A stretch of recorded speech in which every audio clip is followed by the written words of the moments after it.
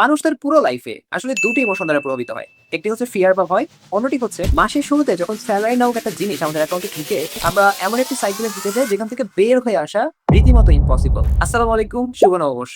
সবাইকে জানাচ্ছি বাংলা নতুন বছরের অনেক বেশি শুভেচ্ছা। আজকে নতুন বছরের প্রথম দিনে আমি একটি নতুন চমৎকার বই পড়ছিলাম যেটার নাম হচ্ছে Rich Dad and Poor Dad. So এই বইটির মাঝে অনেকগুলো লেসন্স আছে, তো ভাবলাম আপনাদের সাথে শেয়ার করি।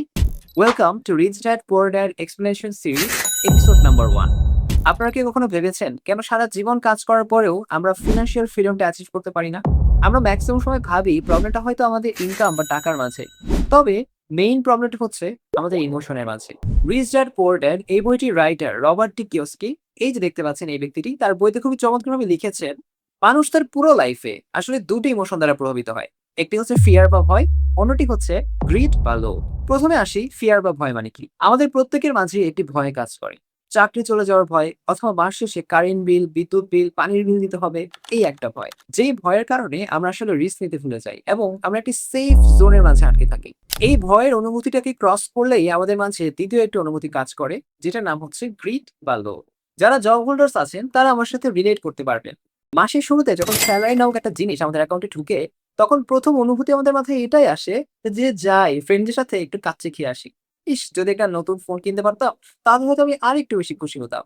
যদি একটা নতুন পাঞ্জাবি কিনতে পারতাম তাহলে হয়তো আমি আরেকটু বেশি খুশি হতাম। এবং এই ফিলিংসটার নামই হচ্ছে গ্রিড বা লোভ। যেই কারণে আমাদের ইনকাম ঠিকই বাড়ে, তবে ইনকামের সাথে তাল মিলিয়ে আমাদের লাইফস্টাইল যখন চেঞ্জ হয় তখন আমাদের এক্সপেন্সটাও বেড়ে যায়। এবং যে কারণে আমাদের ইনকাম বাড়ার সাথে সাথে এক্সপেন্সও যেহেতু বাড়ছে, ঠিক তখনই আমরা ঠিক ডে ওয়ানে ফিরে যাই যখন আমরা জবটি স্টার্ট করেছিলাম, এবং আমাদের ফিনান্সিয়াল কন্ডিশন ঠিক ডে ওয়ান এর মতোই হয়ে থাকে। এই ফিয়ার এবং গ্রিড দুটি ইমোশনের কারণেই আমরা এমন একটি সাইকেলে ঢুকে যাই যেখান থেকে বের হয়ে আসা রীতিমতো ইম্পসিবল, এবং এই সাইকেলটিকে বলা হচ্ছে র্যাট রেস এই বইটির তথ্য অনুসারে।